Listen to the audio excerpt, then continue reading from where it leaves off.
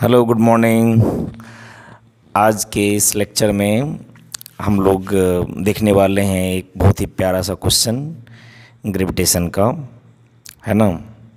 चलिए पहले हम लोग क्वेश्चन को देखते हैं, फिर आप वीडियो पॉज करके और ट्राई कीजिएगा सॉल्व करने का।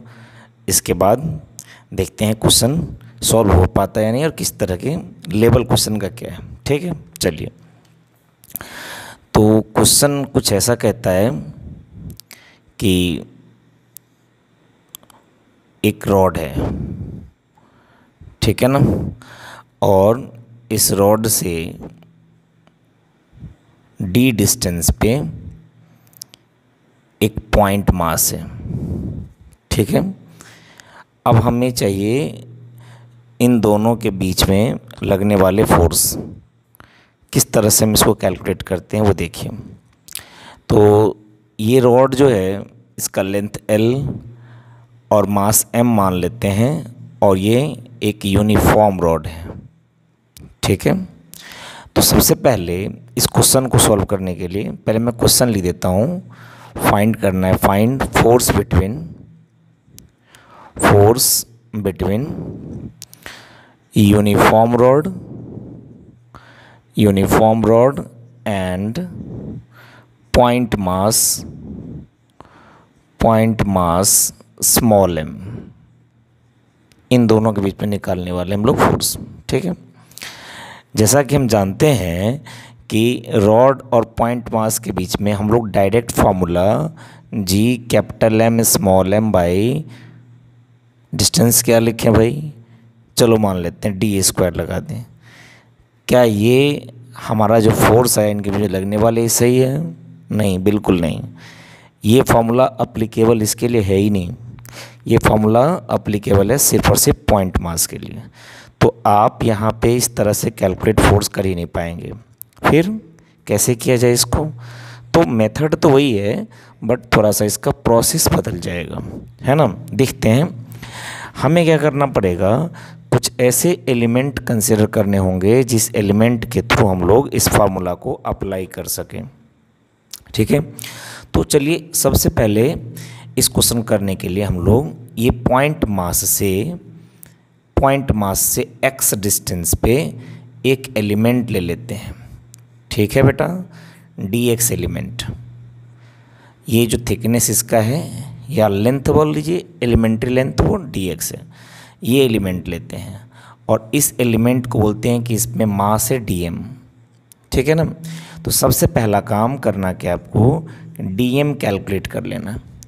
dm कैलकुलेट करने के लिए हमें ये जानना होगा कि इस रॉड की मास की डेंसिटी क्या है, ठीक है ना। तो हम जैसा कि जानते हैं कि m मास के लिए l लेंथ है, तो यूनिट लेंथ में कितना मास होगा, m/l, ठीक है ना। और dx लेंथ में कितना होगा, अपना dm। तो हम क्या करेंगे, dx से इसको मल्टीप्लाई कर लेंगे। तो ये आ गया इस एलिमेंट्री पार्ट का मास, ठीक है। अब इन दोनों के बीच में लगने वाले फोर्स को हम कैलकुलेट कर लेंगे और फोर्स का डायरेक्शन देखेंगे। तो जैसा कि हम देख पा रहे हैं कि इस पर लगने वाले जो फोर्स हैं इसका डायरेक्शन इस तरह से है, इसका नाम दिया मैंने df। और इस तरह से हर एक एलिमेंट पे, जैसे भी एलिमेंट आप कट करेंगे, हर एक एलिमेंट के ऊपर सबका डायरेक्शन फोर्स का सेम होगा। तो आप इजीली इसको इंटीग्रेट करके जोड़ सकते हैं, ठीक है।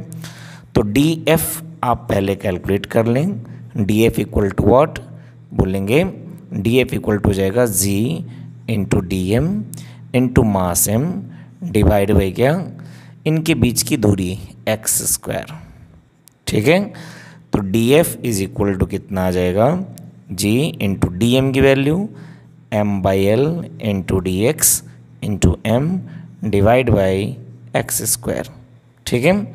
तो अपना जो df आएगा elementary force, g capital M small m/l into dx by x², ये आया।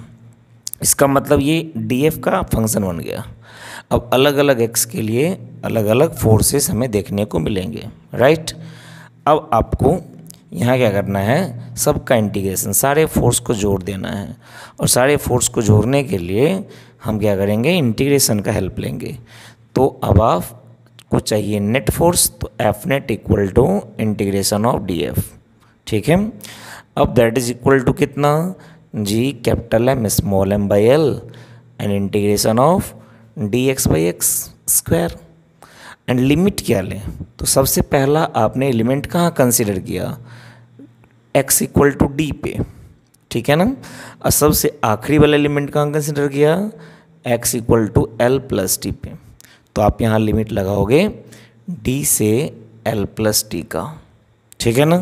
तो हम ये बता सकते हैं कि जो f नेट आया, f net equal to G capital M small m divide by l, और इसका इंटीग्रेशन क्या होगा, -1/x लिमिट d से l प्लस टी।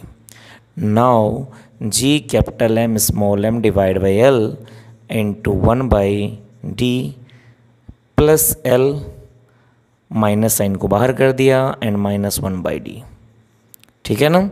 अब यहाँ से हमें मिल गया g capital M small m divide by d into L plus T, ठीक है ना। इतना बेटा आ गया attractive force between these two masses, ठीक है ना।